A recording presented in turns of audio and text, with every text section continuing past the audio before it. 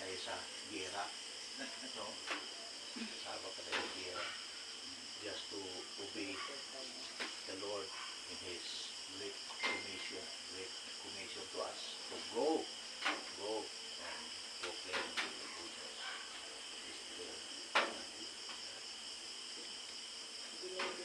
The Son and the Holy Spirit. Amen. I believe in God, the Father Almighty, creator of heaven and earth. I believe in Jesus Christ, His only Son, our Lord. He was conceived by the power of the Holy Spirit and born of the Virgin Mary. He suffered under Pontius Pilate, was crucified, died, and was buried. He descended into the dead, and the third day he rose again. He ascended into heaven, and is seated at the right hand of the Father.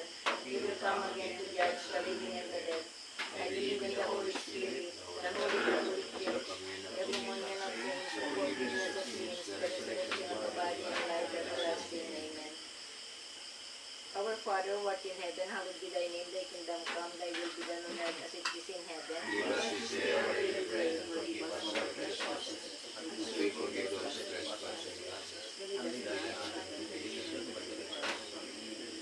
Renewing the face of the earth, move by the Holy Spirit, one to the Catholic Church, bless the witness to Christ's love and service, compassion Christ,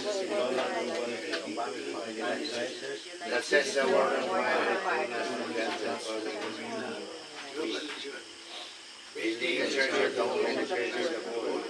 We are focused on Christ, we are committed to living God's righteousness and holiness, evangelizing people.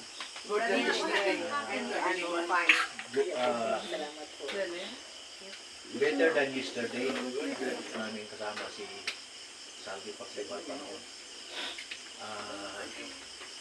So, we'll start, and after our worship part 1, para na patagal ko sa sharing, basta busog na meeting sa committee head.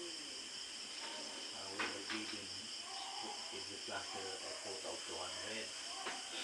Kaya, suwin sa kanila, papunta sa kanila dahil mamaya tawag na nga sa akin. In fact, during the registration, sa dami naman ang nagsibutingan na hindi naka-register, nakapila doon.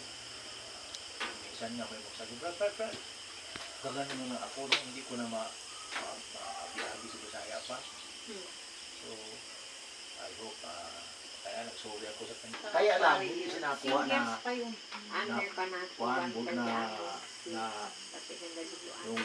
full-time worker. Volunteer lang siya. Si Christian Aliwanag, full-time worker na yan. Si Julius Barbas, full-time worker. Si Mickey, so nandun siya sa Rome.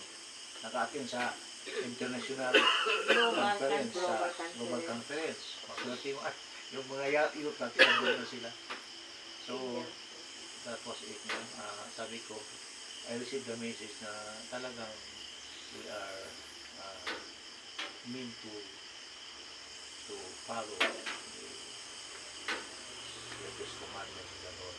And mamaya sa atin sharing, malagdagan natin. So for the meantime, express and worship natin, na-exit yung kanta na now and forever, now and then forever.